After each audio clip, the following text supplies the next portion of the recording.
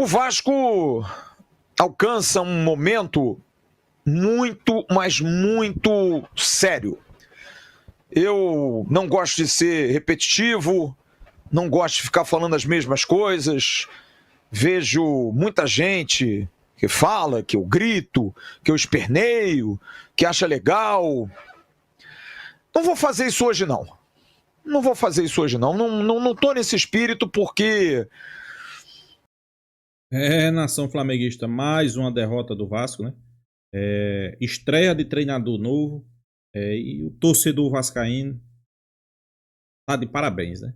Porque tem que ser realista, tem que bater no peito e falar as verdades, né? Às vezes tem muitos YouTubers, né, que não gostam, né, de falar a verdade do seu clube, né? Porque acha que aquilo lá vai, de qualquer forma, estragar a visão ou até mesmo a imagem do clube. Mas temos que ser realistas, pessoal. O Vasco atravessa uma situação preocupante. Tanto administrativa quanto dentro de campo, né? E é um forte candidato aí para a segunda divisão. É uma realidade, né? Aí eu faço uma pergunta. Será que o problema é só treinador? Será que o problema do Vasco é só treinador? Não, pessoal. O problema do Vasco é muitos, são muitos na verdade, né? É problema de mal contratações no futebol, né? Vários jogadores contratados e contratado errado. É problema extra-campo. É problema dentro do campo. É problema de treinador. É um pacote, né? E com isso deixa o torcedor vascaíno preocupado porque não vê uma luz no fim do túnel. Essa é uma verdade, né? E o torcedor, cada dia que passa, vê seu clube só se afundando, só se afundando, só se afundando. E chega um momento que você chega por aqui, né? Solta o verbo, né? Isso aí tá deixando o torcedor do Vasco indignado e revoltado, né? Vamos trazer um corte aqui, pessoal. Quero deixar aqui créditos ao vídeo, né? O canal Atenção Vascaíno. Vão lá, se inscreva, acompanhe. Link vai estar aqui na descrição. Vamos acompanhar aí. No final do vídeo eu deixo a minha opinião. Vamos lá. Cuidar de mim. Preciso cuidar da minha saúde mental, inclusive.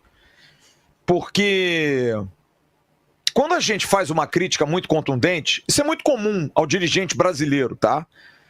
Isso é uma prática comum ao dirigente brasileiro. Ele acha que a gente leva para o pessoal. E não é para o pessoal. É, acima de tudo, por conta daquilo que a gente tem como análise crítica e, no caso aqui, maximizado pela paixão que a gente tem pelo clube. O que está acontecendo hoje no Vasco é algo muito sério e muito grave. E eu falei já algumas vezes e vou reiterar aqui a minha posição. Depois do que aconteceu na quarta-feira passada no jogo Vasco e Poeto Cabejo, e depois do que aconteceu no sábado no jogo Vasco e Vitória, me desculpe, o treinador já era para ser trocado, porque o Fábio Carille caiu no jogo do Cruzeiro. O Vasco jogou depois contra o Operário, depois jogou contra o Palmeiras, então já era para ser trocado. E o presidente do Vasco, Pedrinho, não teve a coragem necessária para fazer as medidas que ele tinha que fazer. As trocas que ele tinha que fazer. Porque você demitir apenas o diretor executivo Marcelo Santana como uma justificativa para o que está acontecendo, para mim, é uma medida de pouca coragem. É apenas tirar um móvel da sala que está desarrumada. E vou repetir aqui. Vai cair na conta do presidente. Ou o presidente Pedrinho, e por favor, vou pedir aqui encarecidamente ao pessoal da direção do Vasco, ao pessoal que nos ouve aqui, não manda mensagem não. Não manda mensagem, não, sabe? Não quero, cara, porque eu acho que a gente está falando aqui algo que é bastante claro para todos vocês. Estão todos vocês aí na Argentina vendo o jogo.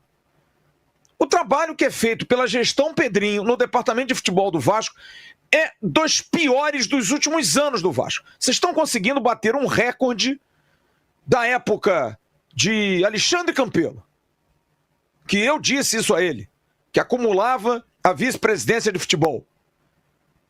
E foi uma tragédia. Uma tragédia. Aí vem Jorge Salgado, que também acumulava, porque as pessoas não querem dar o futebol para ninguém. Então os presidentes acumulavam as condições de vice-presidente de futebol. Como se, não, deixa eu tomar conta disso aqui. Salgado chegou, tinha lá o o plano de 100 dias para salvar o Vasco. Se tivesse até hoje, ia ser mais de 1000 dias e o Vasco não ia subir. Porque o time era frouxo, o time era ruim, o time era um time que não tinha postura. E vocês estão superando o trabalho do início da SAF com a 777. Ouso dizer isso. Porque em 2023 a gente tinha uma gestão com jogadores contratados, com perspectiva. Fomos muito mal no Campeonato Brasileiro, fomos muito mal. E em 2024 também começamos mal, com um trabalho totalmente estapafúrdio com o Alexandre Matos. Mas a gente tinha, assim, uma perspectiva, alguma coisa. Mas o que mais me incomoda é entrar sabendo como foi feito errado e não conseguir fazer nem igual ao errado. Porque hoje a direção do Vasco estava toda no estádio La Fortaleza e viu o elenco que foi montado, segundo Marcelo Santana. Não somos nós que estamos falando, pela direção do Vasco. Tiver que reclamar, reclama com Marcelo Santana. Foi ele que disse: eu não me meti em contratações. O que é algo que, para mim, não isenta. Porque se ele admitiu isso, é porque ele se submeteu. Porque tinha talvez necessidade de estar ali, vaidade, ou tá precisando da grana, tinha que ser diretor executivo do Vasco, é um negócio que dá status. Então você corroborou também, Marcelo. Não vai deixar de tomar as porradas que a gente dá aqui, porque você disse, não, veja bem, eu não tinha muito a ver, eu não dava pitaco. Ok. Mas se submeteu a isso, é tão responsável quanto. Agora, o restante do departamento de futebol é uma vergonha a montagem desse elenco. É uma vergonha. O Vasco é um time acéfalo. O Vasco é um time que tem alguns bons jogadores, qualidade técnica, que eu disse hoje durante a transmissão, até capaz de jogar com o estilo do Fernando Diniz. Jogadores que têm técnica, sim. Paulo Henrique é meio cadeira dura, é meio bronco para jogar. O João Vitor é um jogador técnico, apesar de muito estabanado. O Luiz Gustavo é um zagueiro corpulento, tem um bom passe, mas muito menino, nervoso. O Piton é um jogador que tem qualidade técnica, mas completamente sem condição de jogar. Você tem o Tietê, que é um jogador que arma bem o jogo. O Coutinho, que é um jogador de qualidade quando a bola bate no pé. O Nuno, que é um jogador que se movimenta bastante. O Verratti não, o Verratti tira. Verratti é um dos maiores caneleiros que eu conheço do futebol. Como eu disse aqui, o Verratti eu me identifico com ele, porque ele joga igual a mim quando a bola está fora da área. Eu não faço 10 embaixadinhas e duvido que o Verratti faça 10, com todo respeito. O Ryan, não sei qual é a desse menino. Então é um time que hoje, de novo, esquece Fernando Diniz. Não dá pra gente falar do Fernando Diniz. Diniz tentou dar um pouquinho de... Só que o problema desse time é característica, é como foi montado. Pois é, eu concordo aí, pessoal, plenamente, né? Às vezes, não é só treinador. E o cara chegou, eu sei que tem muito torcedor criticando Fernando Diniz, né? Será que realmente o culpado é só Fernando Diniz? É não, pessoal. Começa lá de Pedrinho. Começa, como ele tá dizendo aí, na montagem do elenco, né? E a tendência... se eu fosse vascaíno, sou bem realista, eu tava preocupado, porque é uma situação preocupante, viu? É um time que não tem alma, é um time que não tem vontade de vencer, é um time que não tem fome de gol, é um time que se deixasse, ficava jogando bobinho, roda de bobinho, até 2026. Toca, porque eles já fizeram isso. O Vasco fez isso no jogo com Vitória, teve momentos lá de domínio, fez até contra o Puerto Cabello, começou lá, mas, sabe... sem objetividade nenhuma, porque os jogadores não têm ambição. São jogadores sem ambição. São jogadores que não têm esse perfil. Absolutamente não tem esse perfil. E que o Diniz vai ter que descobrir com o tempo. Porque ele não está acostumado com o Vasco. Ele hoje voltou com o Alex Teixeira, que é uma das maiores provas do quão paternal é o departamento de futebol do Vasco. Por quê? Seu Felipe Loureiro, com todo respeito como ídolo, falei isso aqui na jornada, falei hoje no BDG, me sinto mal fazendo uma crítica pelo que ele foi, mas como diretor de futebol, não posso misturar. O Felipe tinha que ser demitido do Vasco. O Felipe estragou o trabalho do Vasco durante um ano. Na janela do ano passado, provavelmente fazendo pressão em cima do Rafael Paiva. Esse ano de novo, Doido para assumir como treinador, indicando, botando. Quem falou foi o Marcelo Santana, não fomos nós, não. E montando esse elenco totalmente desequilibrado, totalmente sem jogadores pra...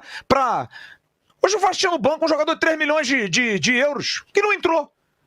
Quer dizer, 3 milhões de euros ó, rasgados, jogados no lixo, que era o Lloyd Augusto. Se vocês perceberem na hora que vai entrar lá, rapaziada, os últimos que iam entrar, o Alex Teixeira e o Paulinho, tá o Lloyd Augusto sentado no banco assim, ó. Largado. Como se dissesse, porra, o que eu tô fazendo aqui? Ele é a solução? Não, porque também é um jogador completamente sem perfil de Vasco. Zé, mas aí... faz uma live. Aí o presidente disse, não, mas porra, pela live a gente via que o cara tava muito afim, tava, claro, pra ganhar quase 700 conto por mês, pra fazer a primeira negociação da vida dele. Porra, até eu, amigo, eu plantava bananeira, eu ficava nu pra ver o cara, pra vir pro Brasil, pra sair da Turquia, do Alanya Sport, pra jogar no Vasco, pra ganhar quase 700 conto. Pô, amigo, mole, eu também vinha. Então é assim que é montado. É a live de um jogador que seduz, que o cara mostra, porque ele conhece a história do Vasco.